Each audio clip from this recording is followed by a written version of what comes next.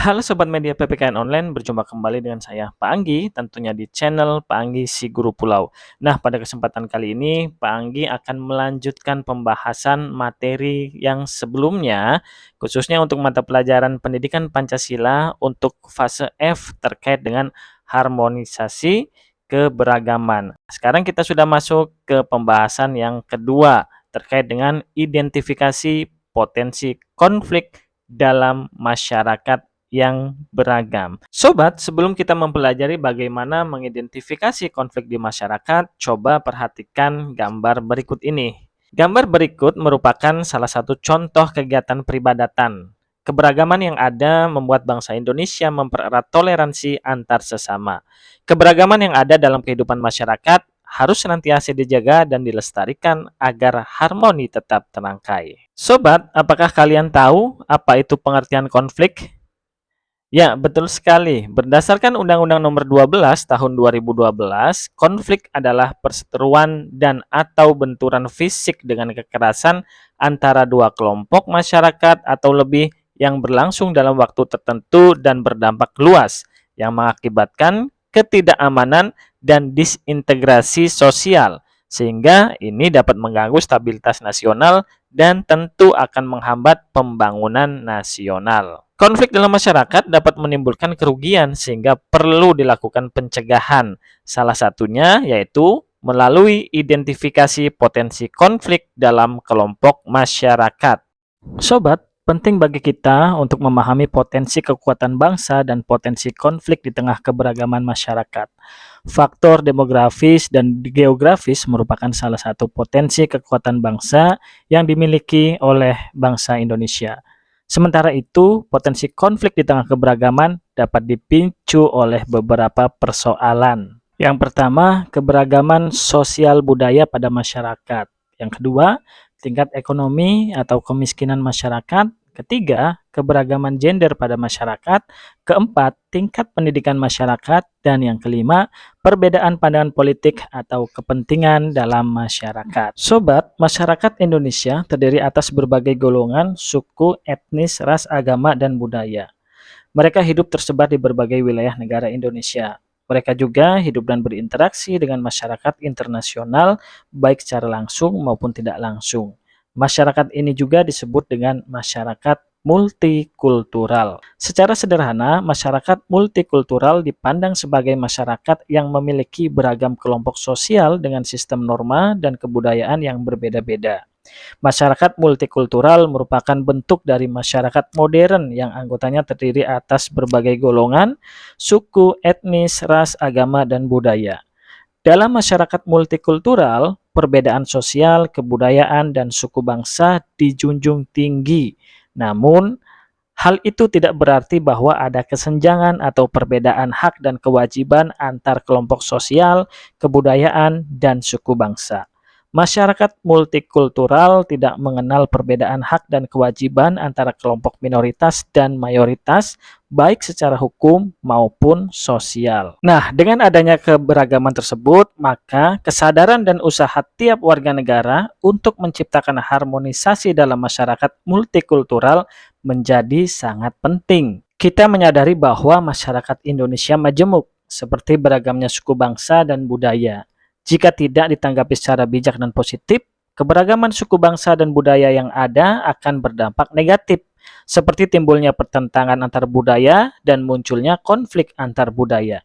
Jika kita tidak dapat saling menjaga dan menghargai, keberadaan unsur-unsur kebudayaan tersebut dapat menimbulkan permasalahan dalam masyarakat. Sobat, berdasarkan laporan dari Ditjen Dukcapil Kemendagri tentang jumlah penduduk Indonesia pada semester 1 di tahun 2022, tercatat ada sekitar 275,3 juta jumlah penduduk Indonesia, dan itu tersebar di pulau-pulau di seluruh wilayah Indonesia. Wilayah yang ditempati memiliki kondisi geografis yang berbeda dan bervariasi. Misalnya, ada yang bertempat tinggal di daerah pedesaan dan perkotaan. Pada umumnya, tingkat perekonomian masyarakat yang ada di desa lebih rendah dibandingkan mereka yang ada di kota.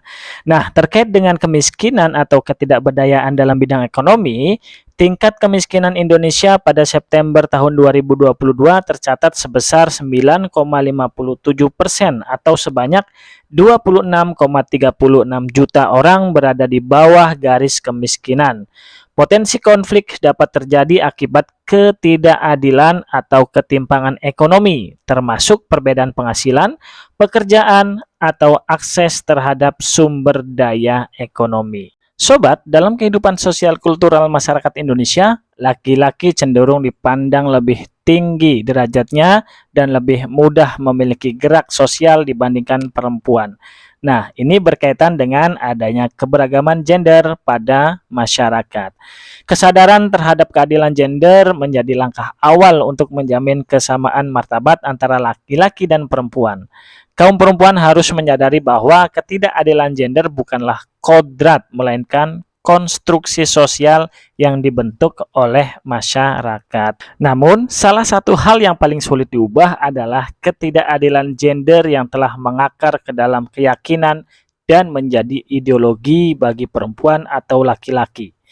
Semua bentuk ketidakadilan gender tersebut tersosialisasi sehingga laki-laki dan perempuan terbiasa dan mempercayai bahwa peran gender tersebut seolah-olah merupakan kodrat dan lambat laun akan tercipta suatu struktur ketidakadilan gender yang diterima dan terpelihara. Kemudian potensi lain yang dapat menyebabkan atau menimbulkan konflik di tengah keberagaman adalah rendahnya tingkat pendidikan dan literasi masyarakat. Berdasarkan data menunjukkan bahwa indeks pembangunan literasi masyarakat Indonesia relatif masih rendah. Hal ini berkorelasi pada rendahnya literasi dan kesadaran masyarakat tentang perbedaan dan keberagaman di luar dirinya sendiri. Potensi yang terakhir disebabkan karena adanya perbedaan pandangan politik. Terkait dengan perbedaan pandangan politik, potensi konflik terjadi karena adanya perbedaan pandangan atau kepentingan politik yang berbeda di tengah masyarakat. Sobat, terdapat beberapa alasan mengapa identifikasi konflik di tengah masyarakat yang beragam penting untuk dilakukan. Di antaranya sebagai berikut. Yang pertama, sebagai upaya pencegahan konflik. Identifikasi konflik dilakukan untuk memetakan potensi-potensi konflik yang mungkin muncul dalam masyarakat, sekaligus menyusun langkah-langkah pencegahan sesuai dengan nilai-nilai Pancasila. Kemudian yang kedua, perencanaan pengelolaan hubungan dan komunikasi antar kelompok yang berbeda dengan meningkatkan sikap toleransi dan penghormatan martabat antar sesama. Yang ketiga, sebagai upaya mitigasi konflik. Dan terakhir, yang keempat, mempersiapkan diri untuk berbaur dengan kelompok masyarakat yang beragam. Ketika berada dalam tatanan masyarakat yang lebih luas, diharapkan kita telah mempunyai bekal dalam bergaul. Dalam kehidupan masyarakat yang beragam, setiap orang hendaknya memiliki hubungan yang erat dan saling mendukung satu sama lain.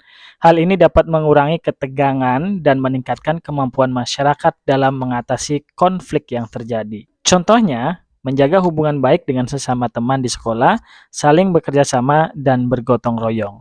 Gotong royong menyimpan prinsip persatuan dan kesatuan nasional serta kerjasama aktif yang perlu diimplementasikan dalam kehidupan sehari-hari demi mewujudkan cita-cita luhur bangsa Indonesia, yakni terciptanya masyarakat adil dan makmur berdasarkan Pancasila.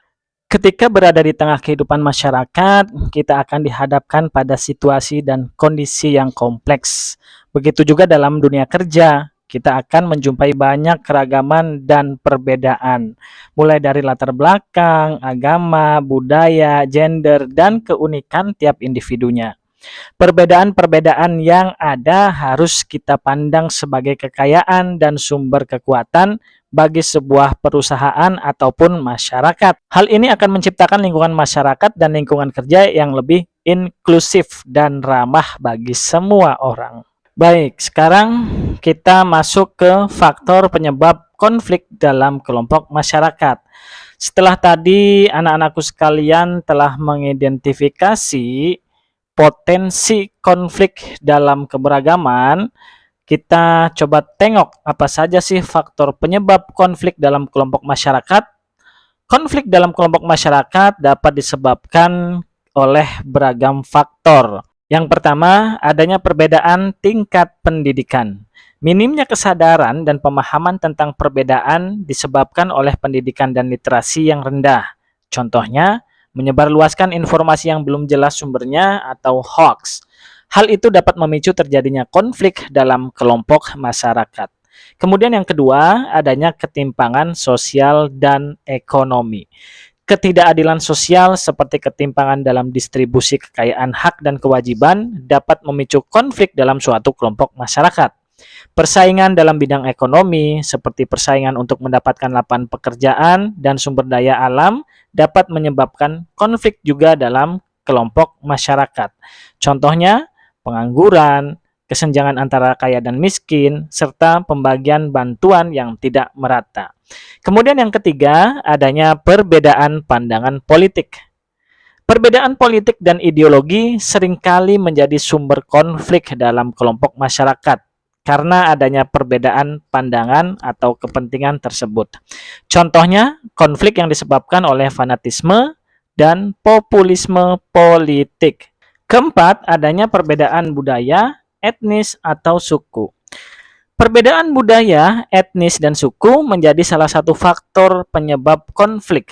Hal ini terjadi karena adanya perbedaan nilai-nilai, keyakinan, atau tradisi antar kelompok, budaya, etnis, atau suku tertentu dengan kelompok lainnya. Contohnya, konflik Sambas di Kalimantan Barat yang terjadi pada tahun 1999 antara etnis Melayu dan etnis Madura yang disebabkan oleh perbedaan budaya dan ekonomi. Kemudian yang kelima, adanya perubahan sosial. Masyarakat mengalami perubahan seiring dengan perkembangan, kebutuhan, dan pengetahuan serta zamannya. Coba kita perhatikan keadaan masyarakat saat ini dan keadaan sekitar 10 atau 20 tahun lalu. Tentu terlihat perubahannya. Berbagai perubahan mempengaruhi cara pandang sebagian anggota masyarakat terhadap nilai, norma, dan perilaku.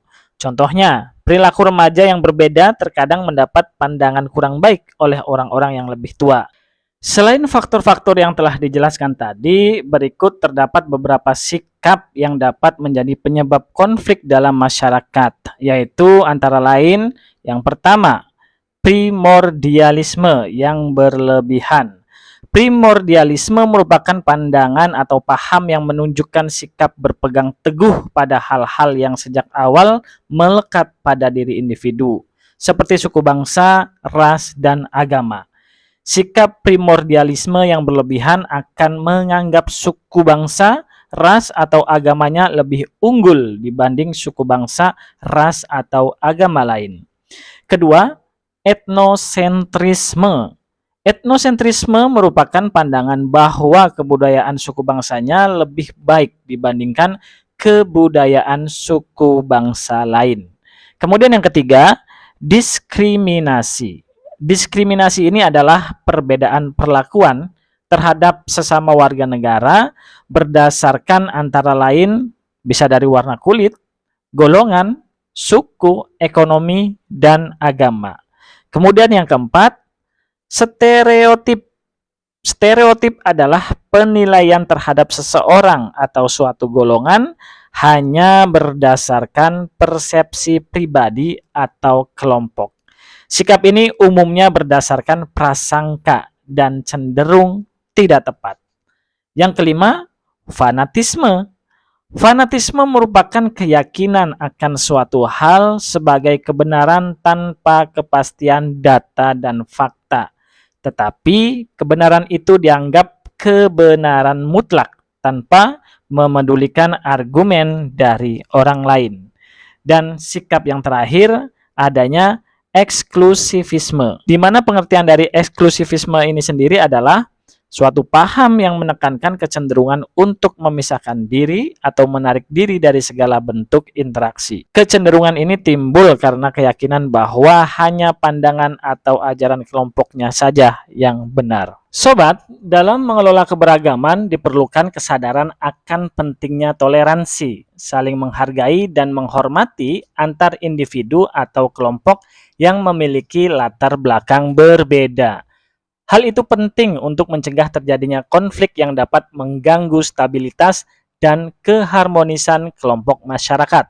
Setiap warga negara harus dapat berperan aktif dalam memecahkan masalah yang dihadapi kelompok masyarakat, menciptakan suasana yang harmonis dan solid, serta menghargai perbedaan budaya, ras, agama, dan suku.